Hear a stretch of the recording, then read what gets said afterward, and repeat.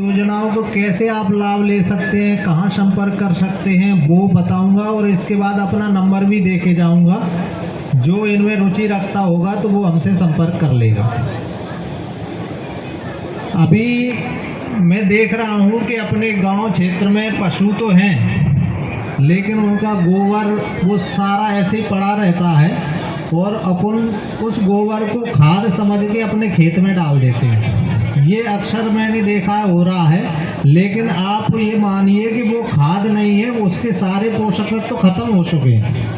उसी खाद का अगर अपन समुचित उपयोग करें, और कृषि विभाग से एक स्कीम है बायोगैस, जिसे गोबर गैस भी कहते हैं। आजकल उसी गैस से सीएनजी का उत्पादन बहुत सारी कंपनियां कर रही हैं। कई गौशालाओं में हो रहा है, आपने न्यूज़ में पढ़ा हो, मुरार में एक बहुत बड़ी गौशाला है, वहाँ पे सीएनजी का उत्पादन होता है। तो सीएनजी का उत्पादन होता है जिनसे कारें चलती हैं, जिसका बहुत बड़ा मार्केट है। और वो ही चीज़ अपने छोटे स्तर पे गोबर गैस के माध्यम से भी पुन कर सकते हैं अगर कोई रुचि रखता हो तो। पुराने समय में बहुत सारे लोग इसमें रुचि रखते थे, उनके पास पशु भी बहुत होते थे। पशु की संख्या वो कम हुई है, लेकिन पशु तो अभी भी हैं। और यदि गांव में अपन पशु रख रहे हैं तो मुझे लगता है कि गोबर गैस ले लेना चाहिए, क्योंकि गोबर गैस में लाभ क्या है उसका मैं बताऊंगा, और उसमें शासन क्या आपकी मदद कर सकता है वो बताऊंगा, और कैसे आप हमसे लाभ ले सकते हैं वो तीनों चीज़ों को अभी स्पष्ट करूंगा। फिर एक बाई एक अपन दूसरी स्कीम पे फिर जाएंगे। सारे लोग ध्यान से सुन लें, अगर एक या दो लोग भी अगर इस स्कीम को ले लिए तो मेरा बोलना तो सार्थक होगा ही, लेकिन आपके क्या है, मेरा प्रमोशन हो जाएगा। एक गोबर गैस एक को देख के दूसरे लोग लेंगे, क्योंकि वो एक ऐसी चीज है जिससे लाभ बहुत ज़्यादा है। लाभ पहले मैं बता देता हूँ, फिर आपको बताऊंगा कि क्या क्या कर सकते हैं उसमें। लाभ उसका ये है कि गोबर गैस में अपन जो गोबर अभी ऐसे ही डाले हुए हैं, तो वो क्या है कि सूर्य की किरणों के संपर्क में आता है। कुछ इस समय बरसात है तो बह के अपने रास्ते में आता है। ये सारी अव्यवस्थाएं फैलती हैं और उसका जो समुचित उपयोग होना चाहिए वो नहीं हो पाता। जैसे अभी कई लोग गाय को जब वो दूध देती है तो रखते हैं, बाद में उसको छोड़ देते हैं और वो दर दर ऐसे भटकती है जैसे अभी सड़कों पे बैठी थी। लेकिन समुचित यदि गाय का उपयोग किसी को करना है तो उसका महत्वपूर्ण है गोबर और मूत्र, जिस पर किसी का ध्यान नहीं है, लेकिन वो अमृत है। अब उसी गोबर को अपन और अच्छा कर सकते हैं। उसको कैसे कर सकते हैं वो आप सुनो। जो आप गोबर इधर उधर डाल रहे हैं, उस गोबर को यदि अपन ने गोबर गैस बना लिया, बनवाने के लिए आपको कहीं भटकना नहीं है। अपने ही आसपास में कुछ ऐसे कारीगर हैं जो सारा काम कर जाएंगे, आपको कहीं किसी को ढूंढना नहीं है। उनका नंबर कृषि विभाग से आपको मिल जाएगा। तो वो गोबर आपने पानी में घोल के यदि उसमें डाल दिया, गोबर गैस जो बनी उसमें आपने बायोगैस में डाल दिया, तो वो गोबर अंदर जाएगा और वो नीचे जाके उसमें नीचे स्थिर हो जाएगा, और उसमें से गैस जो बनेगी वो ऊपर उठ जाएगी, और जो वो गोबर है उसकी स्लरी बन जाएगी। स्लरी को यूँ कहें कि गोबर का पूरा निचोड़ निकल के वो पानी का एक घोल जैसा बन के बाहर निकल जाएगा।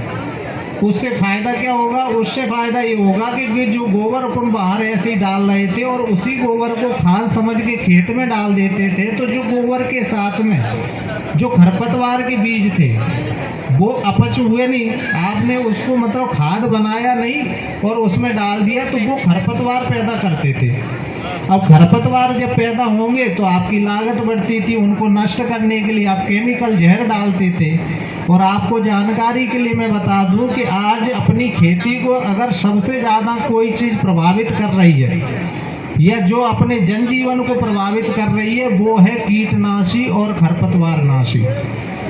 नुकसान तो यूरिया, डीएपी, एनपीके से भी है, क्योंकि केमिकल से तो वो भी बने हैं, परंतु जो ज़्यादा नुकसान हो रहा है वो हो रहा है खरपतवार नाशी और कीटनाशी से।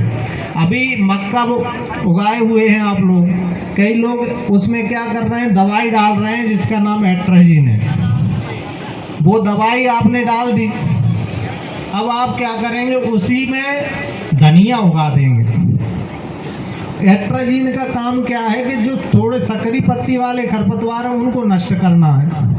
अब वो आगे आपने धनिया उगाई तो वो जो एट्राजीन है वो ये नहीं जानती कि ये धनिया इनके लिए लाभदायक था, तो इसको नहीं खत्म करें। वो तो बस इतना जानता है कि कोई भी सकरी पत्ती का मिला तो निपटा देना है। आपका धनिया उसमें उगेगा नहीं या बहुत कम उगेगा, बाद में आप परेशान होंगे। ऐसे ही गेहूं के समय आप 240 डाल देते हैं। 240 करता है चौड़ी पत्ती वाले खरपतवारों का नाश करता है। तो वो आगे कोई फसल आपने उगाई जिसकी चौड़ी पत्ती होती है और आपके लिए लाभदायक है, तो वो खरपतवार नाशी का असर वहाँ भी दिखेगा। वो ये नहीं जानता कि ये फसल इनके लिए लाभदायक है, तो अब हम असर नहीं करें, वो तो असर करेगी। आपको परेशानी आ गई तो किसी ने टैबलेट दे दिया।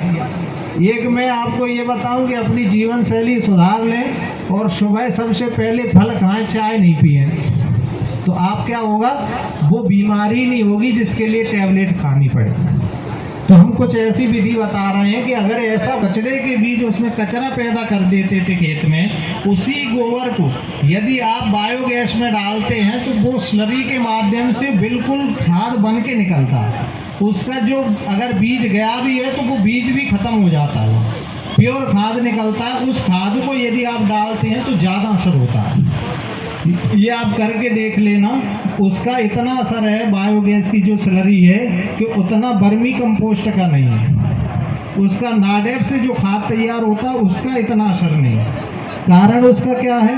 कारण उसका ये है कि जो स्लरी के साथ खाद जाता है उसमें जो बैक्टीरिया है जो अपने लिए लाभदायक वो बहुत ज़्यादा है, और उसमें जो हानिकारक मीथेन गैस कह लो, SO2 कह लो, नाइट्रस ऑक्साइड कह लो, वो सारी एक गैस के रूप में ऊपर उठ जाती हैं और वो निकल जाती हैं, जो आप उसको गैस जलाने उपयोग कर सकते हैं, उसका बल्ब जलाने उपयोग कर सकते हैं। तो इससे बड़ी सुविधा क्या होगी कि अपन गैस खरीदने के लिए 1000 का सिलेंडर लेते हैं, फिर परेशानी होती है, या तो लेने जाना पड़ता है या डिलीवरी चार्ज देना पड़ता होगा। तो इससे अच्छा एक बार ऐसी विधि अपना लें कि यहाँ आसपास कचरा भी नहीं दिखे, आपकी रोड पे गोबर भी नहीं बहे और उस गोबर का समुचित उपयोग हो जाए। और ज़्यादा गोबर नहीं चाहिए, 10 से 12 किलो गोबर यदि प्रतिदिन आपका हो जाता है तो ये पर्याप्त है, और एक गाय एक दिन में इतना गोबर दे देती है।